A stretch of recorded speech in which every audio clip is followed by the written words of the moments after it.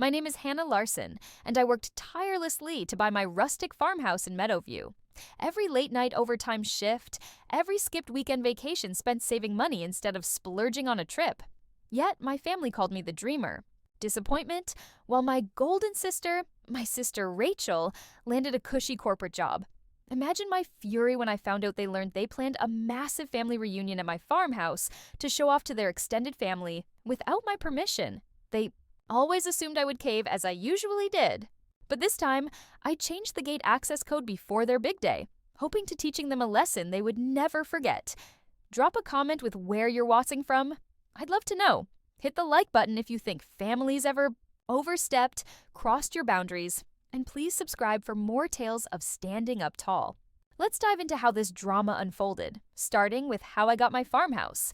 Unlike Rachel, who climbed the corporate ladder young, I built my dream life from the ground up.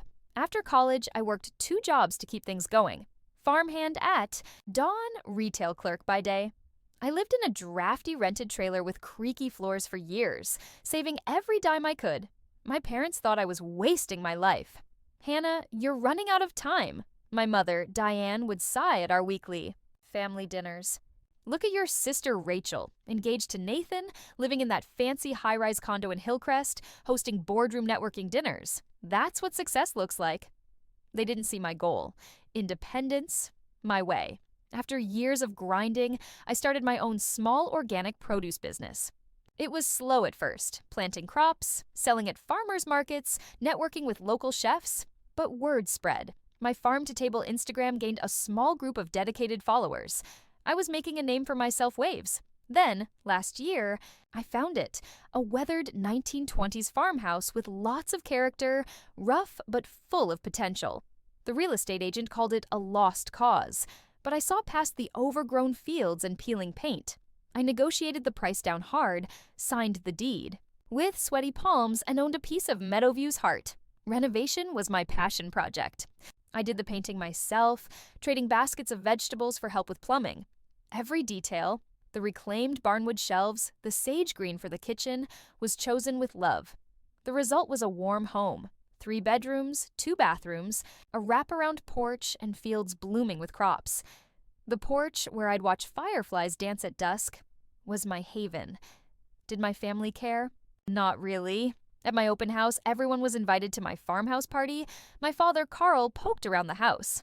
"Hope you didn't overpay for this place," he grunted, testing a floorboard as if it might break. "This area's okay now, but who knows?" Rachel arrived late with Nathan, handing me a dollar store candle in a tin. "It's cozy," she said, her smile forced. "Very you. Simple and sweet." Her high-rises balcony is smaller than my porch. I kept the peace, hosting family holidays, attending Rachel's over-the-top corporate parties like a execs and espresso event that bored everyone, and ignoring my mom's pointed comments, jabs about my lonely single life. Last month, at our usual family dinner, I just shared that I signed a big deal to supply organic produce to a local chain of bistros. My biggest career win yet. "That's nice cute," my mom said, slicing roast beef, barely looking up. "Rachel, tell Hannah about your new deal." Rachel launched into a story about her promotion, landing a big new client for her firm. My parents beamed at her like she'd invented electricity. I was picking at my apple pie, eyeing the exit, when my phone buzzed with a text from my cousin Ellie. "Hey Hannah, is Rachel hosting a big reunion at your farm next week? She's bragging about a huge family bash at her country estate and showed pictures of your sunflower fields." I glared at Rachel across the table, laughing at Dad's bad joke. Anger flared in my chest. This was the start of a family showdown. The next morning, I investigated. Rachel's Facebook had it all, a glossy digital invite for a Larson family reunion at my farmhouse.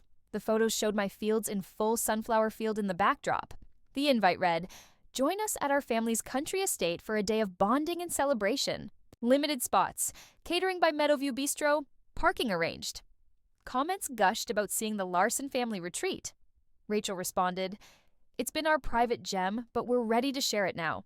Our family has no estate. My parents live in a modest ranch-style house in the suburbs. My farmhouse, which I alone bought and restored, was the only country retreat." I called Rachel immediately. She answered, clearly annoyed, like I was wasting her time. "Rachel, Why's my farm on your reunion invite? I asked, keeping my voice steady. Oh, that? I was going to loop you in, she said dismissively. It's a big reunion for the whole extended family to reconnect and make memories. It's a huge deal, Hannah. At my house without asking? Don't make a big fuss, it's just… One day, Mom and Dad thought it'd be perfect. We assumed you'd want to help the family shine. You don't even use that place for parties. It's my farm, Rachel. My property I paid for. You can't just decide to use it. Mom and Dad said it's fine, she snapped. They know you're always about family. They don't own my house farm. Look, I'm busy. The caterers need me. They'll stop by tomorrow to check the fields and kitchen setup. Wait, you gave them my keys? Just the spare set Mom and Dad had. Relax, they're professionals. We'll talk at dinner. She hung up. I called my parents, who backed her story. Hannah, don't be selfish, my mom scolded. Your sister needs this. The extended family's coming and Rachel wants Mom to impress them. Their high-rise is being fumigated that week. Then she should delay or find another venue. You can't just offer up my house. It's just one day, my dad cut in. It's good for you to join family efforts. You're always too focused on that farm business. I hung up, livid. Had they always been this entitled? Things got worse when I checked my email and found a message from Meadowview Bistro Events outlining a detailed schedule for the reunion at my address. Not only would they use my fields, but guests would roam my farmhouse's main floor. There was even a note about securing valuables from public areas, like I was some venue staff. The final straw came the next day. I'd installed a coded security gate for my farm for security reasons, since I live alone. While running my stall at the farmer's market, my phone pinged with a gate activity alert. I checked the app and saw 2 caterers trying to get in using the old code at my door. I stepped outside and called my farmhouse landline. A caterer answered, saying they were checking kitchen space for Ms. Jensen's family reunion event. There's a mistake, I said firmly. I'm the homeowner, and no event's been approved. Please leave my property now. They apologized profusely and left, clearly embarrassed. I later called and learned Rachel had told them it was our family's second home, and my sister who lives there is fully on board. That night, while cleaning my kitchen in a stress-fueled rage, my phone pinged with a group text between Rachel and her friend Ava, which I'd accidentally been included on. Rachel, is catering all set? Ava asked. Small issue. They said the homeowner told them to leave, Rachel replied. That's just Hannah being difficult. I'll fix her. It's just her little farmhouse. She'll get over it. She's got no real life anyway. Nathan's clients' relatives are coming. She's got to be grateful we're bringing some class to her dusty little dirt patch. I seethed. Dirt patch. My farmhouse. My life's work. My sanctuary. No real life. My thriving business. I'd grown from nothing. That's when I decided no more pushover Hannah. It was time to take a stand. After reading that text, I sat on my kitchen floor and cried. Ugly, heaving sobs that shook me. I mourned for the kid who was always second best, the adult craving desperate for approval from people who didn't care. When the tears stopped, dried, I felt lighter, clearer. I grabbed a bottle of cider, took a gulp, and called my best friend, Lila. They did what? Lila exclaimed after I spilled the story. Hannah, that's not just rude, it's practically trespassing. In Larson family logic, it's fine, I said, sipping my cider. I've always been family property, so why not my farm is theirs too? This isn't borrowing your stuff or crashing your space, Lila said. This is your home, your dream, and they're stealing it. Her words made it real hit home. This wasn't me being oversensitive petty. It was wrong. I don't even know what to do, I admitted. If I keep saying no again, they'll just keep pushing, or, worse, show up anyway with the whole family since they have keys. First, talk to Ben, Lila said firmly. Ben Holt was our high school old college friend from university, now a property lawyer. Know your legal rights. And second, stay crash at my place tonight. The couch is spare rooms yours. Protested weakly, but Lila insisted. An hour later, I was at her cozy apartment house with another cider, and we had Ben on speakerphone. Let me get this straight, Ben said after I explained. Your sister, without your knowledge or consent, planned a large reunion at your house farm, gave out keys access codes to vendors, and is bringing dozens of strangers people into your home. And when you said no, your family basically told you to get over it. That's it exactly, I said. Hannah, legally, this is your property. You have no obligation to allow this. You could report anyone who enters without permission for trespassing. I don't want to call the cops on my family, I sighed. Understandable, Ben replied. But you're completely within your rights to take steps to secure your property, like changing your gate access codes or locks. After the call, Lila and I talked late into the night. She reminded me of all the times my family had taken advantage, the free boxes of produce I'd given for Rachel's dinner parties, the family holidays I'd hosted single-handedly without help, the way they'd brushed off my business while celebrating Rachel's every corporate move win. Remember the time at your uncle's retirement party? Lila asked. Your mom volunteered you to cater all the food for free and then introduced you as my daughter who grows vegetables to everyone? I groaned. I'd spent days prepping that food, unpaid, and bought ingredients myself. Or the time someone asked you to set up a vegetable stall for your dad's business picnic, and you did it at cost, but he still complained about the price? They've always been like this, I admitted, and I kept thinking if I did enough, they'd finally see me. Hannah, they won't, Lila said, taking my hands. Not unless you force them to change. People don't change when things are easy for them. And right now, having you as their pushover is too easy works great for them. That night, sleeping on Lila's couch, I had a dream about my house farm. It was filled with strangers in fancy clothes, trampling my crops, sitting on my furniture, laughing at my simple home decor. I tried to tell them to leave, but I was mute, invisible in my own space. I woke up with my heart pounding, my decision made solid. The next morning came, I woke up early and called a local security tech, Almos, who could reset my gate code system and add new cameras in a day. Then I texted Lila, "Can I stay with you? For a few more days. I'm going through with it." Her reply was instant. "Couch is here yours. Let's do this." Between work tasks, I made quick calls. One to a storage company to rent a small unit for my belongings, another to my farmer's market partner, explaining I'd be working remotely for a bit due to a family issue. That afternoon, as I packed a small duffel bag at my apartment house, I got another call from Rachel. "Hannah, the event planner just told me you're being a total problem. Why would you kick the caterers out?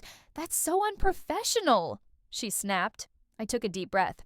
"Rachel, I'm going to say this clearly one last time. I didn't give permission for this reunion. I'm not hosting it. You need to find another place." "You're being ridiculous. The invitations are already sent.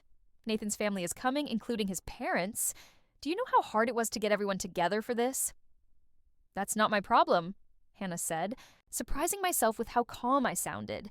"You should have asked me before you put my address on the invites." "Mom and Dad are really furious with you," Rachel threatened. "They're saying you've always been selfish, but this really takes it too far." That familiar guilt hit me, but this time I pushed through it. "I'm done, Rachel. Goodbye, Rachel. Good luck with your reunion. And I'd suggest trying the community center." I hung up the phone and immediately blocked her number. Then I blocked my parents' numbers too, at least for now temporarily. I knew once I started executing my plan, the calls and texts would be relentless. As I looked around at my beautiful home, their farmhouse, the hand-carved dining table I'd restored, the vintage rug I'd found at a flea market, the perfect shade of mint green I'd tested multiple samples to find, I felt a fierce surge of protectiveness. This wasn't just a house farm. It was physical proof of everything I'd accomplished on my own, despite my family's doubts' lack of faith in me. And no one was going to take it from me, even for a day, without consequences. The next morning, I woke up early and started methodically documenting everything in my house farm. I took detailed pictures of every room, opened drawers to inventory, their contents, and made special note of valuable or irreplaceable items. I didn't think my family would steal from me exactly, but I didn't trust the strangers they planned to invite into my home. By noon, Lila arrived with coffee and a couple of her friends, Ava and Hannah, who'd volunteered to help with what we dubbed Operation Gatekeeper. "What's the plan, boss?" Ava asked, saluting me with her coffee cup. I laid it out for them. First, we pack up all valuables, sentimental items, and anything I'd be devastated to lose. Those go to a storage unit. Second, Amos, the security tech, is coming tomorrow to change the gate access code and install a new smart security system that I can monitor remotely. 3rd, I temporarily moved to Leela's apartment until after the planned reunion date. "And then what?" Hannah asked. I smiled. Then I watched the chaos unfold when they show up to host a fancy family reunion at a house farm they can't get into. We spent the entire day carefully packing up my grandmother's collection of quilts, my rare collection of seed catalogs, my artwork from local markets, and my laptop and camera tech gear. I removed family photos, important documents, and even my favorite outfit's clothes. By evening, my truck and Lila's SUV were packed to the brim with boxes headed for the storage unit I'd rented. "What about the furniture?" Ava asked as we collapsed on my couch with takeout pizza. "Too much. Work to move," I said. And honestly, I'm not worried about the furniture. It's sturdy. I just don't want them in my personal space, touching my personal things, acting like they own the place I've worked so hard for. The next morning, Amos arrived with his small team. He was a serious man who listened carefully as I explained the situation without going into too much detail. "Family problems, eh?" he said, nodding sympathetically. "Seen it before. Don't worry, Ms. Larson. By this afternoon, only your new gate code or phone app will open this gate." They nodded, then got to work and spent hours replacing every lock code, installing a smart camera system with a video doorbell, and setting up additional security cameras around the property that would send alerts to my phone. Amos walked me through the new app, showing me how to monitor all entry points remotely and even talk through the intercom if needed. "Nobody gets in unless you want them to," he assured me. "Not even with the old keys codes." I paid him extra for the rush job and his discretion. By that evening, my house farm was secure, with only Lila and myself having access through the new system. The final phase of the plan was moving myself to Lila's apartment, a cozy one-bedroom with a pull-out couch in the guest room that had a small bathroom and a coffee maker. I brought enough clothes for a week, my laptop and work, materials for the market, and a few comfort items to make the space feel like homey. "Welcome to your temporary rebel headquarters," Lila said with a grin, helping me arrange my things. "How are you feeling about all this?" "Nervous," I admitted, settling into the couch, "but also powerful. I've never really stood up to them like this before." "It's about damn time," she said firmly. "I'm so proud of you." The first test of the new security system came just a couple of days later. My phone pinged with an alert about motion at the front gate of my farm. I opened the app and saw to see a woman in a crisp blazer trying to open my gate. The event planner, presumably. She frowned, checked an address on her phone, and tried again. After a few minutes, she made a call, looking increasingly frustrated, and eventually left. Later that evening, my phone lit up again. This time, it was Rachel standing at the gate with the planner. I watched as they tried to input the old gate code into the new lock system, her confusion turning to irritation on my sister's face. My blocked phone started buzzing with calls from unknown numbers, likely Rachel's attempts to call me, probably using other people's phones to try to reach me. I ignored them all. That night, I received an email from Rachel. "Hannah, this childish behavior is completely unacceptable. You changed the gate code? Are you serious? Mom and Dad are beside themselves, so upset. The reunion is happening this weekend, and it's a huge event for our family. Some of Nathan's extended family will be there, including his parents.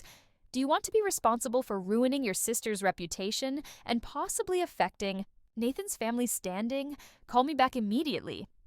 I didn't respond.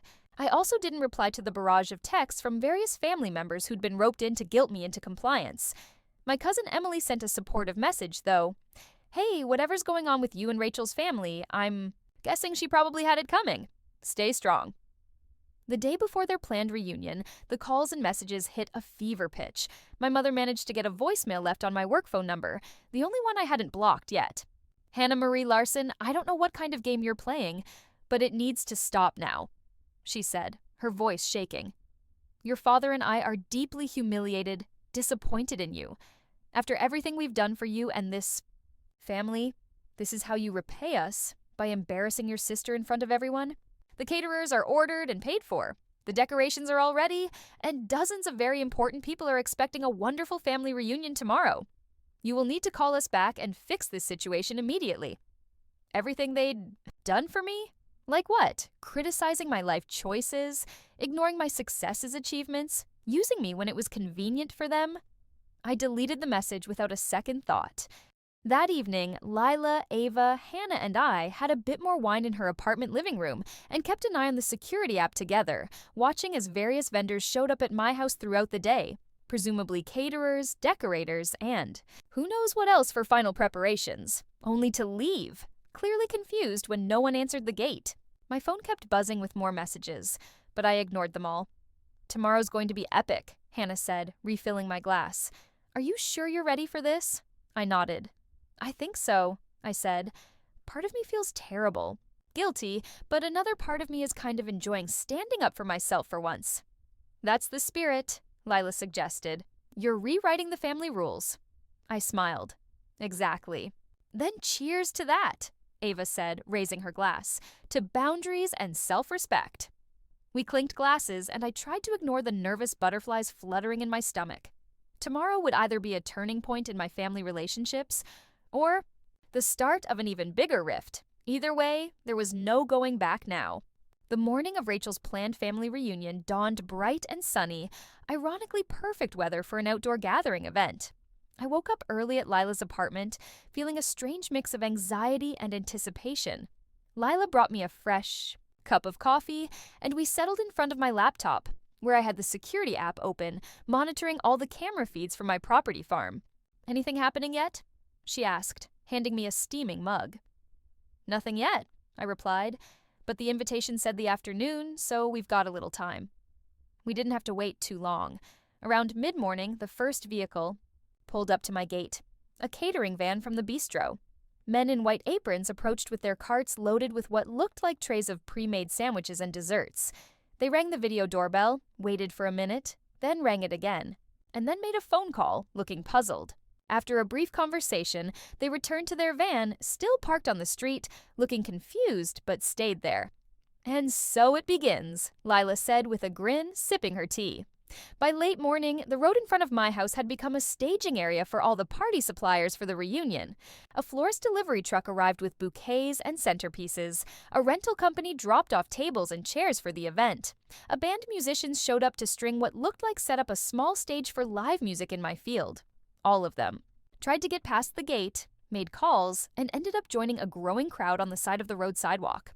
Around noon, Rachel's mom's car screeched to a stop halt in front of my house farm gate. She stepped out, looking polished in a sundress, but her face was tight with stress. My parents' car pulled up right behind hers. "Here comes the whole family," I murmured, turning up the volume on the gate camera's audio feed. Rachel marched up to my front gate and pressed the video intercom button multiple times repeatedly. When nothing happened that didn't work, she tried to enter the old gate code again, shaking the handle aggressively. "This doesn't work," she shouted at the gate. "Hannah, open this gate right now." My mother hurried up behind her, shouting, "Hannah, this is absolutely ridiculous." My father followed, his face thunderous expression grim. "I told you she was being difficult," Rachel said to her parents, her voice sharp. "She changed the lock code. Who does that?" "Someone whose house farm was being taken over without permission," I whispered to Lila, who nodded, squeezing my shoulder supportively. My father stepped forward and pounded on the gate with his fist. "Hannah, Hannah, we know you're in there.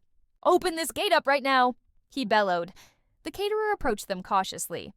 "Ms. Carter-Jensen, I'm really sorry, but we really need to start setting up now. The guests will be arriving soon, and we haven't even been able to access the space property yet." Rachel turned to her with a strained, forced smile. "It's just a small family misunderstanding," she said. "Just give us a moment, please." The woman nodded and retreated back to her van, and Rachel pulled out her phone and dialed. A second later, my phone lit up with her call. After days of ignoring her, I decided it was time to answer. "Hello, Rachel," I said calmly, keeping my voice even. "Hannah, where the hell are you? Why aren't you opening the gate? There's like a dozen people outside your house right now," she snapped, her voice frantic. "I'm not at home," I replied, "and I won't be back home today." "What are you talking about? Where are you? The gala reunion's starting soon?" "I told you multiple times that I didn't give permission for this reunion. You didn't listen, ignored me, so I've made other plans," I said. I could hear my mother's voice in the background, demanding that Rachel put me on speakerphone. A moment later, I heard Mom's voice clearly. "Hannah Marie Larson, you come home right this instant and open this gate and let us in. Do you have any idea how embarrassing, humiliating this is for us? Actually, Mom, I do, I said, my voice steady. It must be really embarrassing, rough to tell everyone people you can host a big family reunion at a house farm that isn't yours, only to find out you can't get in. It's almost as bad embarrassing as having your entire life's work achievements constantly ignored, dismissed by your own family. Is that what this is all about? My father's voice boomed through the phone. Some little perceived slight? You're throwing a tantrum because you don't get enough attention? No, Dad. This is about boundaries respect, I said firmly. My house farm is not family property. It's mine. I worked hard for it. I paid for it. I renovated, restored it. You don't get to use it without my permission, and you definitely don't get to hand out keys codes to strangers. We're your parents, my mother exclaimed, her voice shrill. That house farm wouldn't even exist if we hadn't raised you. I had to laugh at the absurdity of that. So what? You think you own everything I'll ever have achieved just because you did the basic job parental duty of raising your kid child? Do you think you own Rachel's high-rise condo too? That's different, my father sputtered, caught off guard. That's Nathan's place. And this is my place house, I countered. This is mine, not the Larson family estate or whatever story Rachel's been selling to her friends, everyone. Rachel's voice came back on, low and threatening. Hannah, I have dozens of really important family members, people showing up here in an hour soon. If you ruin this for me, I swear to God, you'll what? I challenged, cutting her off. Treat me even worse than you already do? Make more snide comments about my little dirt patch farm and my pointless, unimportant life? Call me selfish for not letting you use my home without my permission? There was a stunned silence on the other end. How did you know I said that? Rachel finally asked, her voice smaller now. You accidentally included me on that group. Text with Ava, I replied. I saw everything, Rachel. And that's when I decided I was done being the family doormat. More silence followed, and then my mother's voice again, pleading now. Hannah, please. We can talk about family issues, grievances another time. Right now we need you to come home and open this gate. People are waiting. Those aren't my people guests, and this isn't my party event, I said firmly. I told you no, repeatedly, and you all ignored me. Now you can deal with the consequences. We'll call a locksmith to break it open, my father threatened, his voice rising again. Go ahead, I replied, unfazed. It's a brand new smart security system. They won't be able to get past it without proof of ownership, which only I have. And if anyone tries to break in, the local police will be automatically notified. You'd call the police on your own family? My mother gasped, horrified. I wouldn't have to call them, I explained. The system would do it for me automatically. But this can all be avoided if you just stop and simply respect my no and find another venue as soon as possible. Rachel let out a frustrated, shrieked, That's impossible, Hannah. Not my problem, I said, surprised by how steady my voice remained. You created this mess situation by planning an event at a location you don't control or own. Now you get to figure out how to solve it. I ended the call, my hands shaking with adrenaline, but I felt resolute. Lila gave me a high five from across the table. You were amazing, she said, grinning. Did you see their faces when you shut them down? We continued watching the security camera feeds as my family huddled in a tense discussion on my front lawn. Rachel got back on her phone, presumably frantically trying to find a last-minute alternative venue. My parents split up, one talking to the caterer event planner, my dad on his phone, pacing the sidewalk back and forth. Around noon, the first of the rental cars for valet parking arrived. By early afternoon, the first early guests started appearing. Older relatives in button-up shirts and sundresses, looking utterly confused by the commotion on the road instead of a warm family gathering reunion. The real chaos drama peaked around noon when a sleek black sedan pulled up and an older, well-dressed couple stepped out. Nathan's parents, the ones Rachel and Nathan were desperate to impress, based on photos I'd seen on Facebook. They approached the group with visible confusion, and even from the security camera, I could see Rachel's expression of pure panic as she hurried to intercept them, with Nathan appearing from somewhere to join her. There was a tense, intense conversation going on, with Rachel gesturing wildly and Mrs. Thompson's face growing more and more sternly, disapprovingly. More family members' guests arrived to the same chaotic situation. No party reunion, Just a locked gate and a stressed-out, frazzled host. Some left immediately after a quick glance. Others stood around awkwardly, unsure what to do. I watched as Rachel's carefully planned social event disintegrated in real time before my eyes. By mid-afternoon, most of the guests had left, frustrated or confused. The caterers began packing up their unserved trays of food. The rental companies started loading tables and chairs back onto their trucks. And in the midst of all this, Rachel sat on the grass by my front gate steps, mascara streaking, tears streaming down her face, while Nathan stood nearby, speaking quietly with his clearly disappointed-looking parents. "I almost feel bad for her," I said to my friend Sophia Lila as we watched the feed. "Don't you dare," she replied firmly. "She brought this whole thing on herself by treating you and your house farm like it was hers to use at will." By late afternoon, the street was nearly empty, except for my family's 2 cars still parked outside. My parents and sister sat in a grim circle on my front lawn, looking completely, utterly defeated. As I watched them on the security camera feed, my phone suddenly buzzed with a text from Nathan, surprisingly. "Hey, Hannah, it's Nathan. I just learned the full story from Rachel today. I had no idea she hadn't gotten your permission for this event. I'm truly sorry for the boundary violation. If you're willing to talk, I'd like to try to help resolve this family situation mess." It was a shock, the first genuine apology I'd received from anyone, and it came from the person I was least connected to in the family. I showed Sophia Lila the text. "Interesting," she said thoughtfully. "Sounds like at least one person might be starting to get it." I replied to Liam Nathan, "Thank you for acknowledging the mistake boundary violation.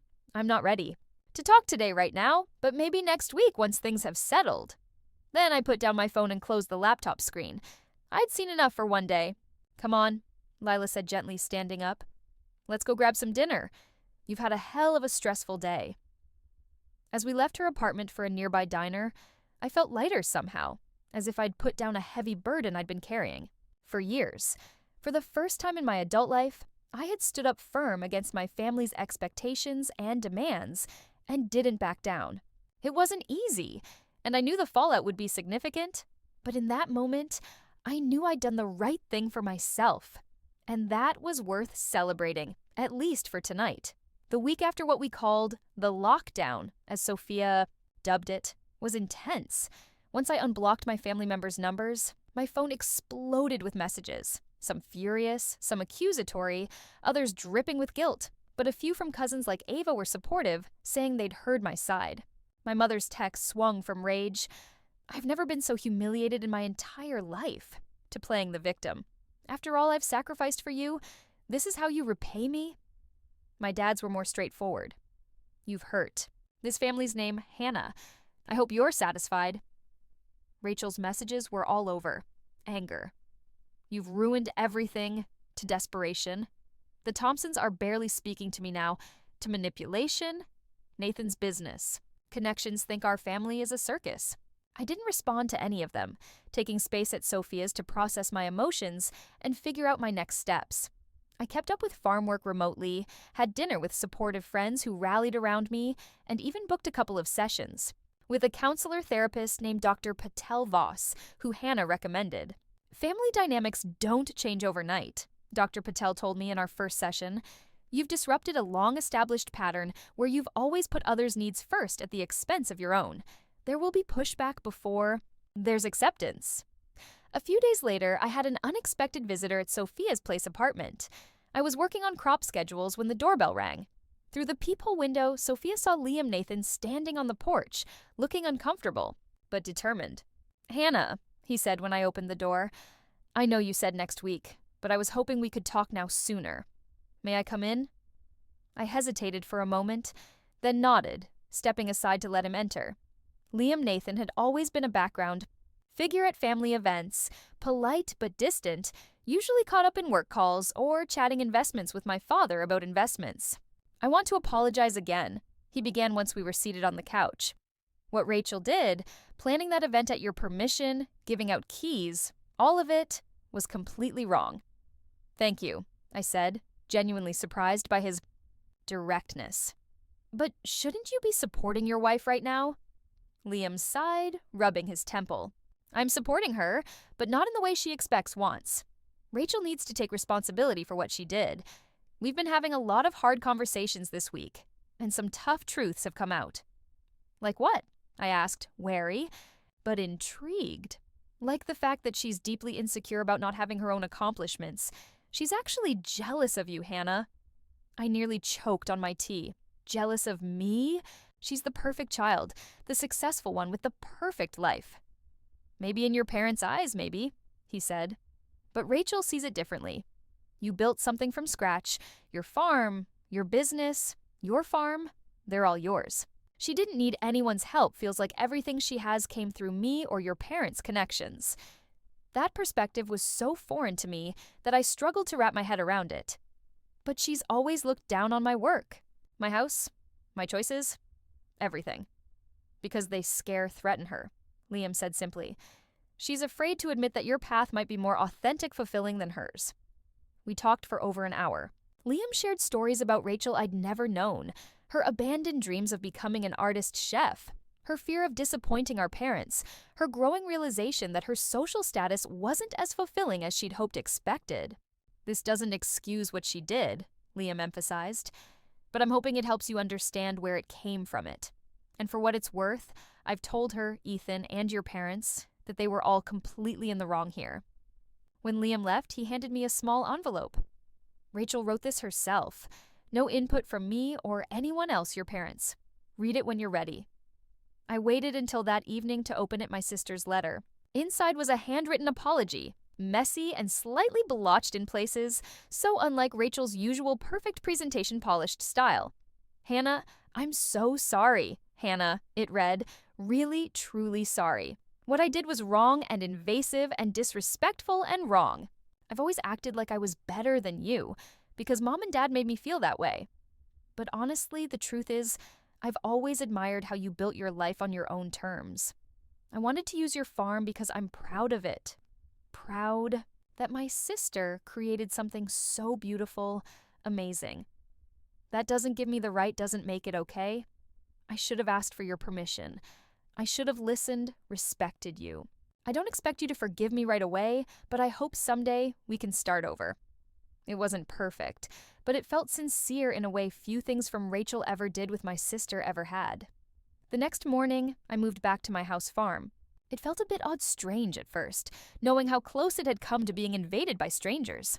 I walked through each room, touching my things, reconnecting with the space before I started bringing my belongings back from the storage unit in Sophia's apartment. A few days later, I agreed to meet my family at a neutral spot location, a quiet cafe downtown that served Sunday brunch. As I walked into the diner, I spotted them at a corner booth table, all looking unusually quiet, subdued. My mother had clearly been crying, her eyes puffy despite her careful makeup. My father seemed smaller somehow, less imposing than usual. Rachel was pale and quiet, her usual confidence completely absent. Hannah, my mother said as I sat down, thank you for coming. The conversation started awkwardly at first, with some cautious small talk about the weather and the cafe's decor. Finally, my mom cleared his throat. Your mother and I have been doing some thinking, he said stiffly. We may have overstepped a bit with your house. It was the closest thing to an apology I'd ever heard from him. You think? I replied, unable to keep the edge from my voice sharp. You gave away keys access to my home to my permission, completely ignored my explicit refusal to host, and called me selfish for not wanting strangers traipsing through my private space. We were wrong, my mother said quietly, surprising catching me off guard. We've always treated you as if you were an extension of us, rather than as your own person with your own life. Liam Nathan helped us see that. I glanced at Hannah Rachel, who was staring down at her plate, avoiding my eyes. Liam's been very direct, blunt with all of us, she murmured softly. I've spent my entire life trying to earn your approval, I said, looking between my parents, working myself to the bone exhaustion, achieving things you never thought I could do, buying a house farm you never believed I'd afford, and none of it was ever good enough. You still saw me as the family helper resource, not a person with my own boundaries and dreams. You're right, my father admitted, the words seeming almost physically painful for him to say. We've been unfair to you, dismissive of your accomplishments because they didn't fit our narrow idea definition of success. I always thought you had it so much easier, Rachel added, finally looking up at me. Mom and Dad were tough on you, but they never had any expectations for me beyond marrying while finding a good match. They never pushed me to achieve anything on my own. We thought we were protecting you, our mother said to Rachel, her voice soft. But we did you a disservice too by not encouraging you. The conversation continued through brunch, raw and painful but necessary. Old resentments came up surfaced. Tears were shed, even by my father, which was a first I'd never seen before. Family patterns were named and examined for the first time. By the time the check arrived, we were all emotionally drained but somehow lighter, like a weight had lifted. So, where do we go from here? My mother asked tentatively, her voice soft. I need things to change, I said firmly, my voice steady. Real change, not just apologies that fade away when it's convenient. I need my boundaries to be respected, my home farm to be treated as mine alone, and my business to be acknowledged as legitimate. That's more than fair. My father nodded, his voice gruff but sincere. And I need to know that I'm valued for who I am, not for what I can provide for the family or how I make you look to others. We can do better, my mother promised, her eyes earnest. We want to do better. As we walked out of the cafe, Rachel pulled me aside, hesitating. I really am sorry, Hannah, and I'm also kind of in awe of you, she said quietly. Standing up to all of us like that, it took real guts. I studied my sister's face, searching for the usual hint of calculation or insincerity, but I found only genuine remorse, and something else, maybe respect. Thanks, I said simply, offering a small smile. And for what it's worth, it's not too late for you to build something of your own too. She nodded thoughtfully. I've been thinking about that a lot this week. Maybe it's time I try. As I drove back home to my farm, I realized that for the first time in my adult life, I'd stood in my own truth with my family and hadn't backed down.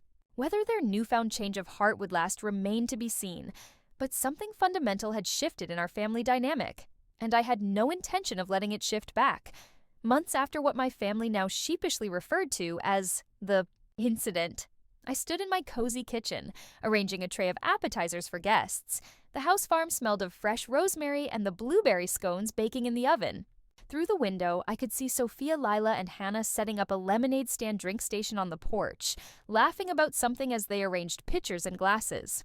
Today, I was hosting a small party of my own, a proper open house, on my own terms, to celebrate my home. The video doorbell rang, and I checked the security app out of habit before going to answer it. My parents stood on the porch, my father holding a small gift bag, my mother clutching a bouquet of wildflowers daisies. Right on time, I greeted them, opening the screen door wide. We wouldn't want to be late to our daughter's big party, my mother said warmly, handing me the flowers. These reminded me of the wildflower garden you used to love as a kid. Remember the meadow behind our old house? It was a small thing, but significant. A rare moment where my mother referencing a happy childhood memory instead of a perceived failure or criticism. Thank you, I said, genuinely touched by the gesture. Come on in. You're the first guests. My father handed me the gift bag awkwardly, clearing his throat. It's just a little something for your housewarming, he said. We know it's late, but you should have celebrated properly. We never properly celebrated your achievement. Inside the bag was a beautifully framed copy of the deed to my farm, professionally matted with a small inscription at the bottom. Proudly owned by Hannah Larson's farm, built on strength and determination. I looked up at my dad, momentarily speechless, my throat tight. I thought you could hang it in your office shed, he said gruffly, avoiding my eyes.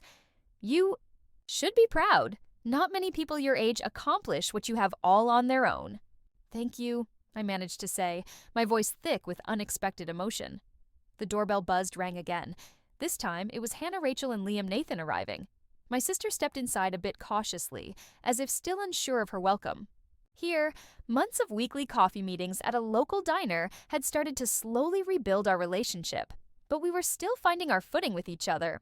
Hannah, this place looks amazing, she said, looking around with genuine appreciation in her eyes. Those new bookshelves in the kitchen shelves, are those you built them yourself? I designed them and had them built, she said. I do have some limits, I laughed, the tension breaking the moment. Well, they're gorgeous, she said. Actually, I was wondering if you might be able to help me with something similar for a home office space. I'm thinking of turning it into a creative studio space for work. A studio? I asked, surprised and curious. Ava smiled proudly next to her. Hannah's starting her own catering business, Ava said. Rachel's going back to school part-time to study for a culinary arts classes, he said, smiling proudly. It's serious about it now. Hannah blushed slightly, a rare sight. It's something I've always wanted to do, she admitted. And after everything that happened, well, I realized life's too short not to pursue your own dreams, right? Over the next half hour, more guests arrived. Friends from the farmer's market, restaurant clients who'd become friends, neighbors from down the road, and a few extended family members who'd been supportive during the fallout drama. Cousin Emma Ellie bounded in with her partner, giving her a big bear hug.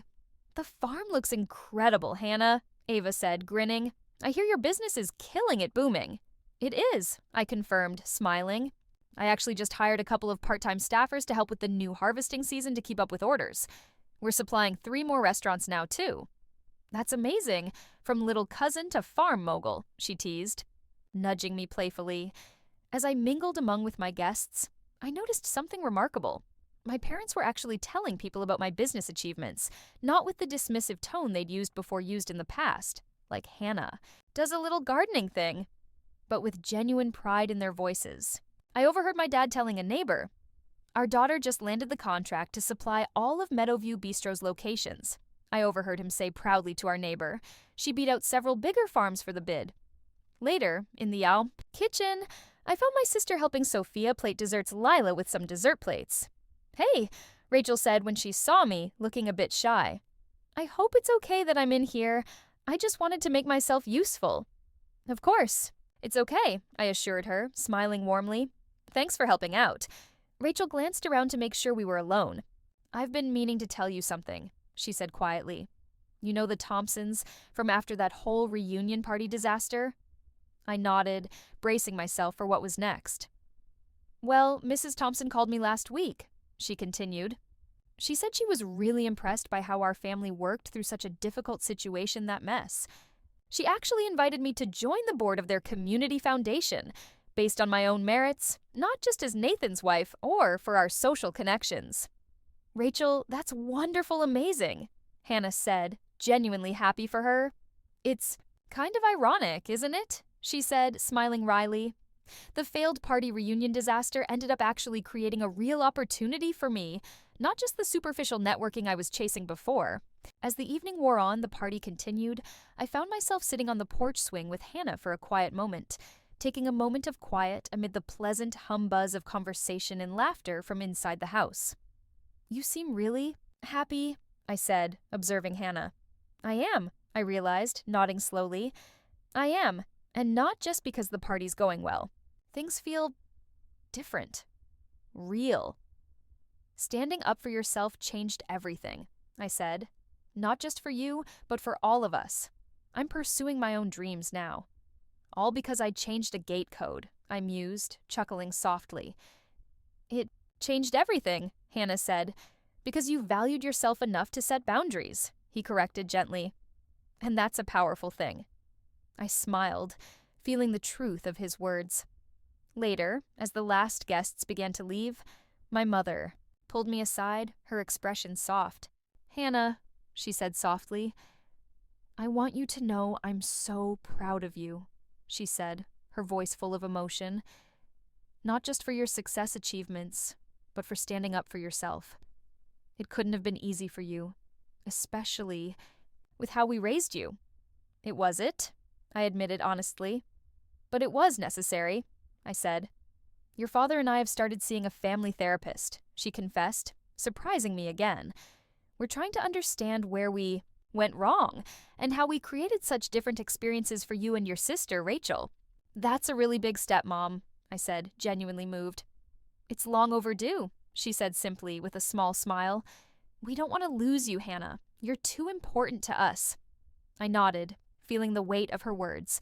After everyone had gone, I stood alone in my living room, surrounded by the happy evidence of a successful gathering. Empty glasses, scattered crumbs, rearranged cushions on the furniture. But unlike the family events I'd hosted in the past, I didn't feel drained or resentful. I felt fulfilled, satisfied. My phone pinged with a text from Sophia. "Proud of you, Rebel Queen. You've come a long way from the doormat days." She added a red heart emoji. I smiled, looking around. My beautiful home at my house. It was still their farm, still mine, my sanctuary, but now with healthier, stronger connections to the people in my life. The gate access codes on my doors were still the same ones Amos had set up yesterday months ago, but the more important boundaries I'd established were the invisible ones, the ones about expectations around respect, about acknowledgement of my autonomy, and about recognition of my achievements. Those boundaries had been painful to enforce at first, but they had ultimately led to a kind of healing I hadn't thought was possible.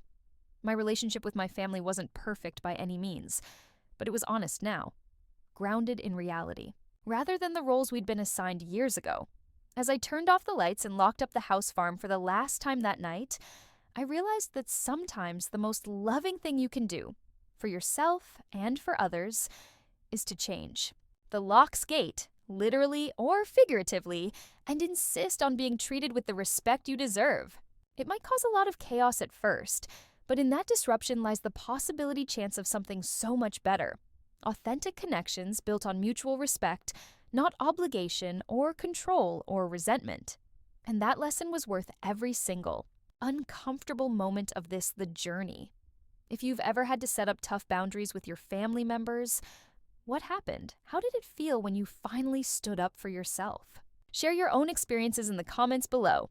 I'd love to hear how others have navigated these moments, similar situations. If this story hit home for you, please like and subscribe for more content stories about personal growth and family, relationships, dynamics. And don't forget to hit that share button if you know someone who might need a little encouragement to stand up for themselves. Thank you for spending some time with me today. And always remember, your space, your rules. You deserve respect,